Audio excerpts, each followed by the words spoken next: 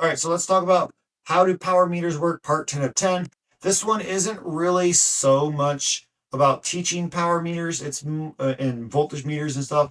It's more along the line of some special considerations. And I knew that there were going to be people out there be like, oh, well, what about parallel versus series versus open contacts and closed contacts? So let's just talk about many of the things I think are probably the most important to talk about. So the first one on the list is low Z versus voltage. You might have seen this low symbol right here. What that is if you ever experienced measuring voltages on a circuit and they're called, quote, ghost voltages, that's because you have a really high resistance right here. You're measuring voltage normally, which is, a 10 mega ohm impedance. And so a ghost voltage can actually build and appear to look like a voltage. If you were to set this to low and press that little yellow button like it is on this meter, all meters are different, but if you press on this one, if you press the yellow button, it'll go to low. And what that does is that now I've just installed maybe a 3000 ohm resistor in parallel with this right here. And what I do, and this is 3 kilo ohms, right? And then remember, I said this one right here was what 10 mega ohms, right? So now what happens? Well, now the overall resistance of this circuit looks much lower, okay? And what you end up seeing is uh, that ghost voltage deadens out and goes away, right? So that's what this is for. Do not sit here and just leave it on all the time and go up to a 40 volt circuit. You can absolutely cause damage to these meters if you're trying to measure 1,000 volts like they're rated for with that resistance right there. Okay, you'll be pulling a third of an amp through there, and you're going to smoke some stuff eventually. It's not rated for that full duty. What you're supposed to do is be like, hey, I don't know, this circuit's supposed to be dead. Let me just flip it over to low Z, which is what it's called. Low Z is for low impedance. Z stands for impedance. So you might see it's called low or low Z. But don't. What you're supposed to do is you see a weird voltage that you don't expect. You flip it to low Z, and then you test it again just for a second, and it should be zero, right? So that's how you're supposed to use it. Next one, we're talking about open or closed contacts. This one's actually um, maybe not as intuitive, but it makes perfect sense, right? If I have an open circuit, I have all the voltage across it, right? So let's take a look at this circuit that I have right here. Imagine that I have 24 volts on this rail, and I have 0 volts on this rail, right? That means that right here, these are all jumpered together. This whole thing is 24 volts. And so across this contact, I have 24 volts here and not 240, 24 volts here. And then, if I go through here, this is all connected. This light is just a filament. It's just a known resistance, right? So if I have an open circuit here, which is infinite ohms, then I have my 0 volts here. And so I would measure 24 volts across this open contact. Whereas this closed contact, they act like the same point electrically. So it looks like 0 volts across it. Okay. And so that's how it's supposed to work. You could even apply this to push buttons and switches.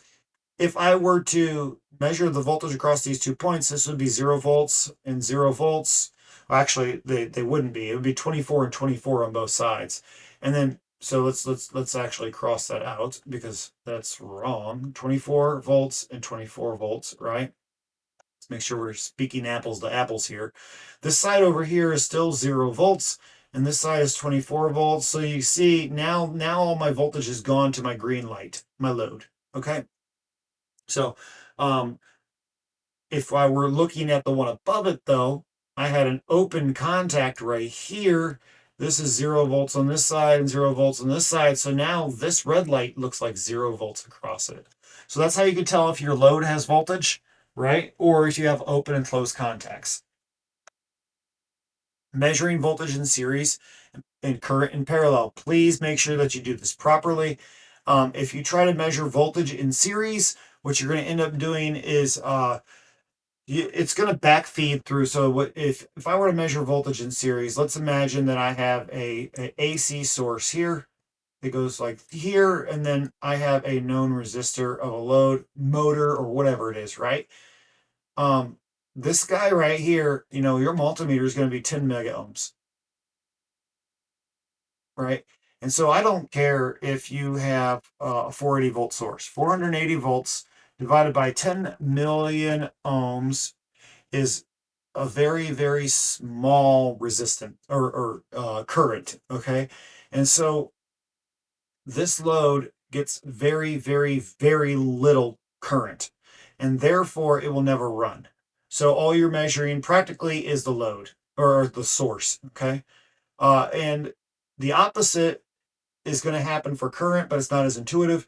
If you were going to measure current in parallel, right, then what you're going to end up doing is you're just going to almost short circuit your source straight through, and that's going to be the maximum current that that source can provide to this shunt. And remember, that shunt is a very, very, very low resistance, so you can absolutely smoke it. It's like your multimeter.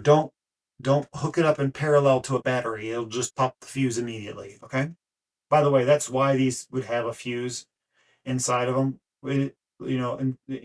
Right here inside the test leads, or inside the meter itself. That's why the back of your flukes or multimeters have a fuse, is to prevent stupid failures like that. Okay. Next one, measuring resistance in series versus parallel. Make sure that you're measuring it properly. And if you're going to have to do a calculation, understand how to do those calculations. Okay. Uh, Conversely, measuring resistance when voltage is already applied on the device. If I wanted to measure the resistance of this light right here, that's going to be that's not going to be too challenging, honestly. This one's not bad because I have no voltage flowing. This is an open contact. Okay. However, we already went over this earlier. If this is 24 volts, this is 24. This is a closed contact, so it's still 24. This is 24, and this is 0 volts, right? So I can't measure the resistance of this light because if it's on right now, then the resistance of that light is your multimeter is just going to give you an error practically because it's trying to apply a voltage and measure a resistance through a circuit that already has 24 volts. And as I showed in one of the previous videos, the multimeter that I was using only put out about 2.5 volts. Okay, so that's going to conflict and cause a problem, so don't do it. Resistance of the test leads. We're not going to talk about this specifically here, but if you ever use a DLRO, you will know that the reason why we have a DLRO specifically, and you can watch my contact resistance videos, is because the resistance of the test leads directly affects our measurement of and our calculation of our resistance, right? So the only way to really calculate the resistance of that subject truly is to measure the voltage drop at the resistor, not through our leads. Okay. We also said the AVO meter is polarity sensitive, so please don't hook this up backwards. This kind of ties in with the next one where it's AC versus DC measurement. These old meters, they had an AC or a DC selection, and it's important that you do that because RMS and